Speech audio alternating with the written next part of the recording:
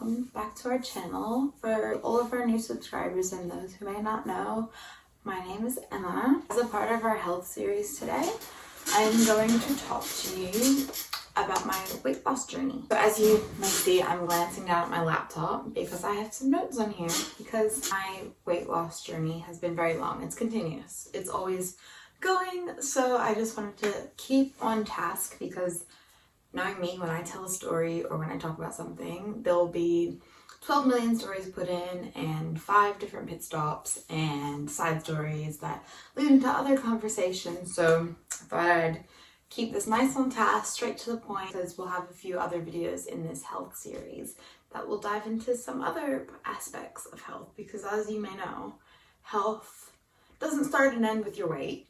It doesn't start and end with fitness or food. There's a lot of other moving parts. So yeah, so let's get started. So first of all, I'll give you some background where it all began, I guess.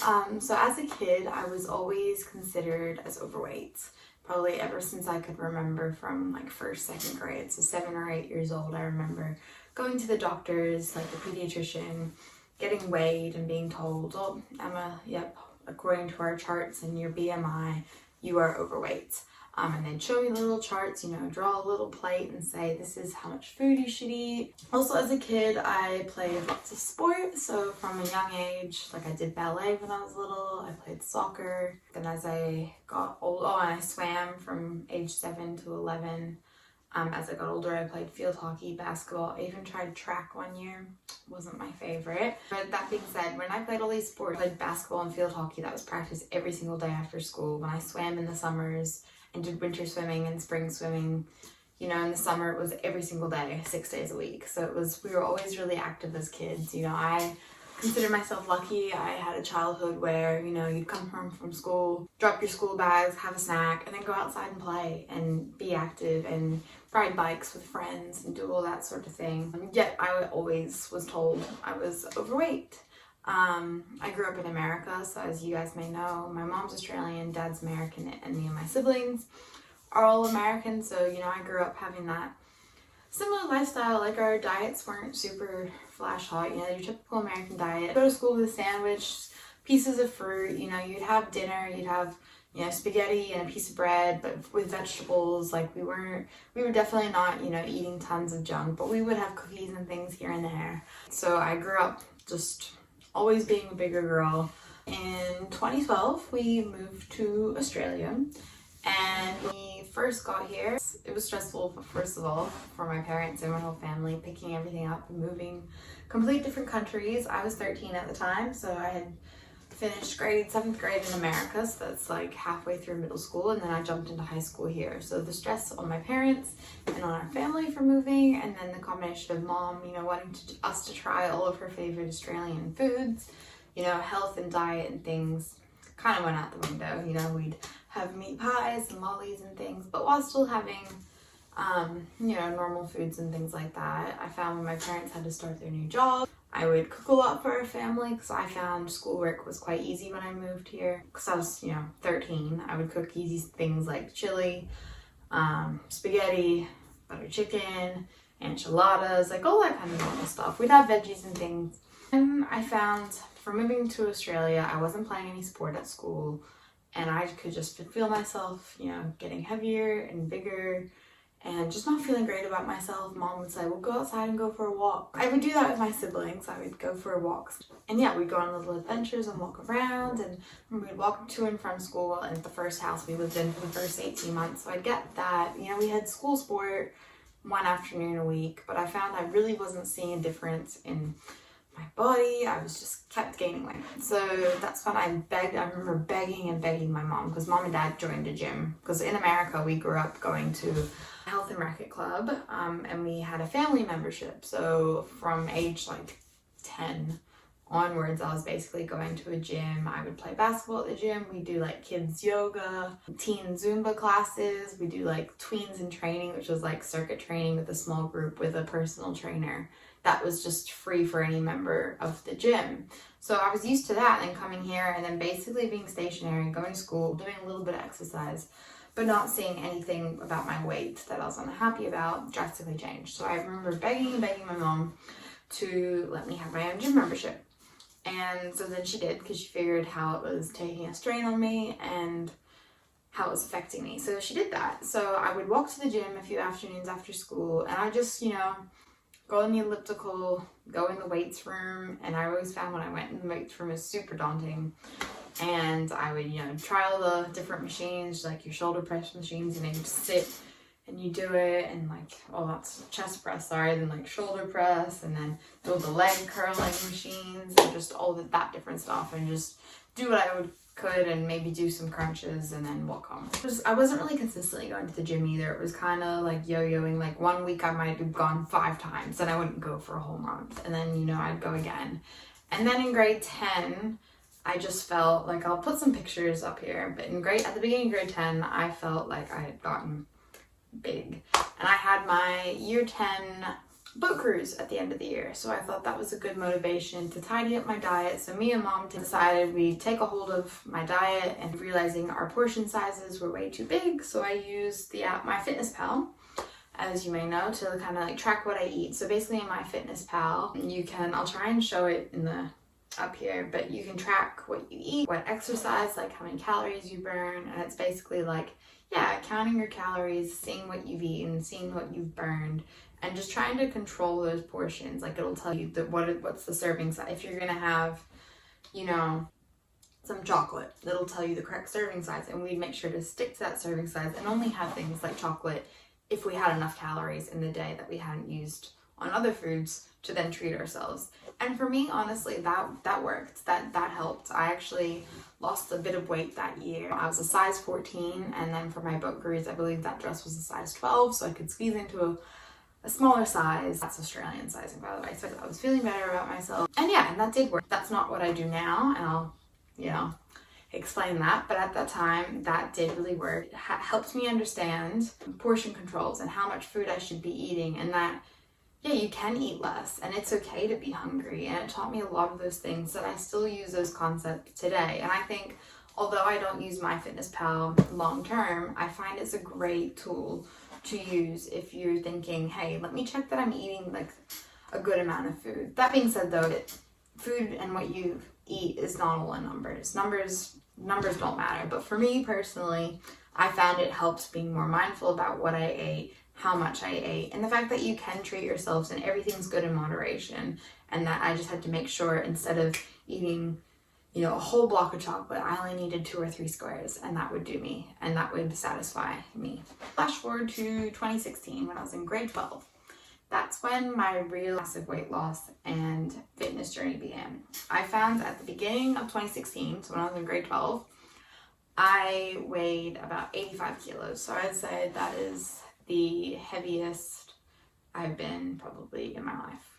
That made me somewhat unhappy. I remember what I looked like, and looking back on the photos, and I'll put a photo of me at the beginning of 2016. My fattest, it was grade 12. I had my formal at the end of the year. So once again, we use that as motivation. I remember this photo that I'm going to show up here was me on our family holiday. I remember buying that bathing suit, that sea follow bikini, thinking, oh, high-waisted bikini, like I'll feel a bit more confident, it'll suck everything in.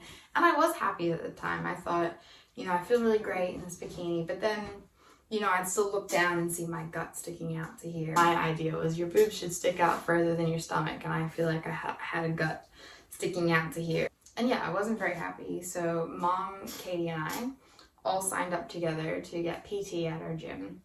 And we would do morning at like 6 a.m. We'd do a half an hour session with the PTs. We'd get up at 5:30, get there by 5:45, do a little warm up, and meet with the PT. And that really, really helped. It really taught me how to use like different equipment in the gym, because flashback to years before that, I was doing elliptical and then just doing all the different machines. She taught us how to make use of the cable machine and free weights, and doing bicep curls, which I did at a younger age, but this was serious, heavier lifting, like doing bicep curls and free weight shoulder presses and all those kind of basic movements. And she taught us different forms of lifting weights, so you don't have to do cardio, because I personally, besides swimming, I hate cardio. So she said she would teach us different ways that do low rep and high weight and focus on your breathing and really just do as much as you can, and you can break a sweat and you can use mix of weights and body weight to do stair steppers and Tabata training and more HIIT workouts. She taught us what AMRAP is, so it's as many rounds as possible.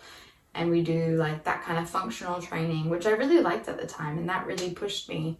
She was like, you're stronger than that, try a heavier weight. And just having someone holding you accountable was amazing.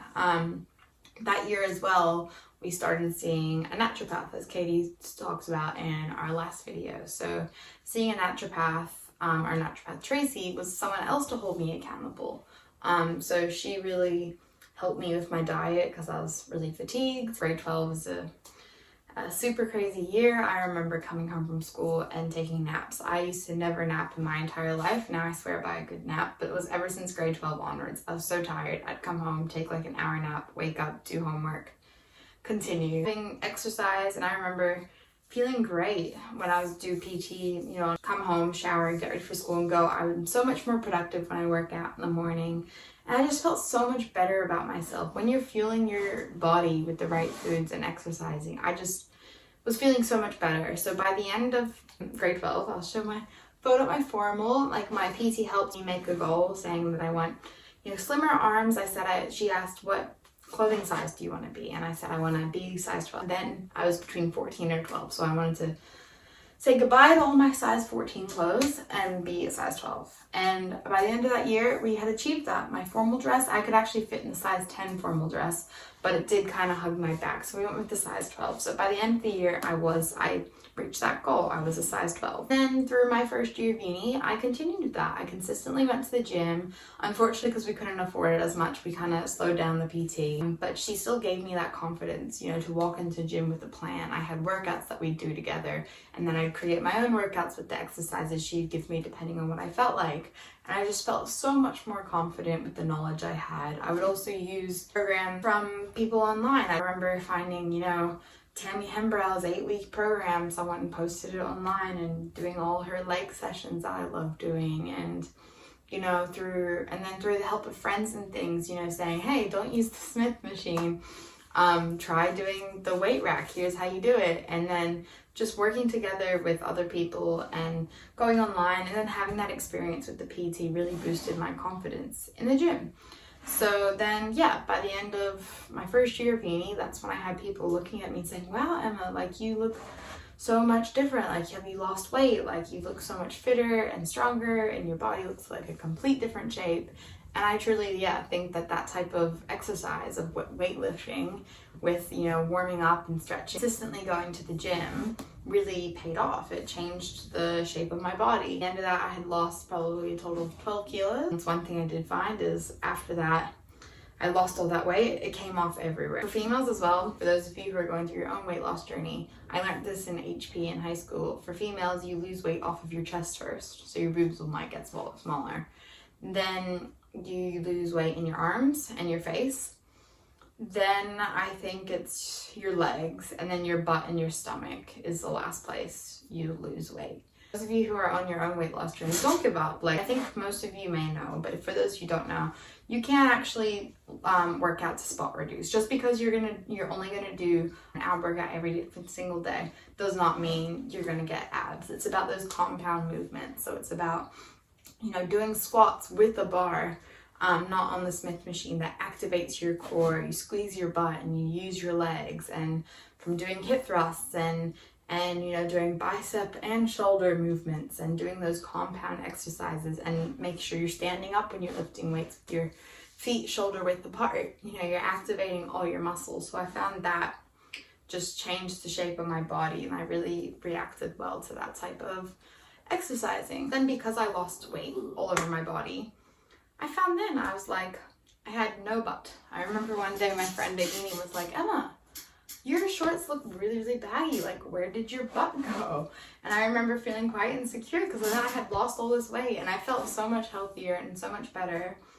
And I lost it over a long period of time. So it took me probably like a full year to really see a big, big difference. And from there, I kept continuing, you know, to lose weight here and there. And yeah, people started noticing a difference, and I'd be like, oh yeah, I guess I've lost a bit of weight. But then when I really looked back, that's when you have to really look back and be proud of yourself and said, wow, like I did that. I made these lifestyle changes and I've kept them up, because it's just making small little changes here and there and consistency. I don't believe like that's like, oh, let's do an 8-week program. Nothing wrong with 8-week programs, but doing an 8-week program, let's lose 10 kilos in 8 weeks. I'm like, well, once you're done that, where's your motivation? Are you just gonna go back to the life you had before and eat all this crap because you deprived yourself of all these things and now you miss it? And then are you gonna continue gymming 6 times a week? Is that sustainable?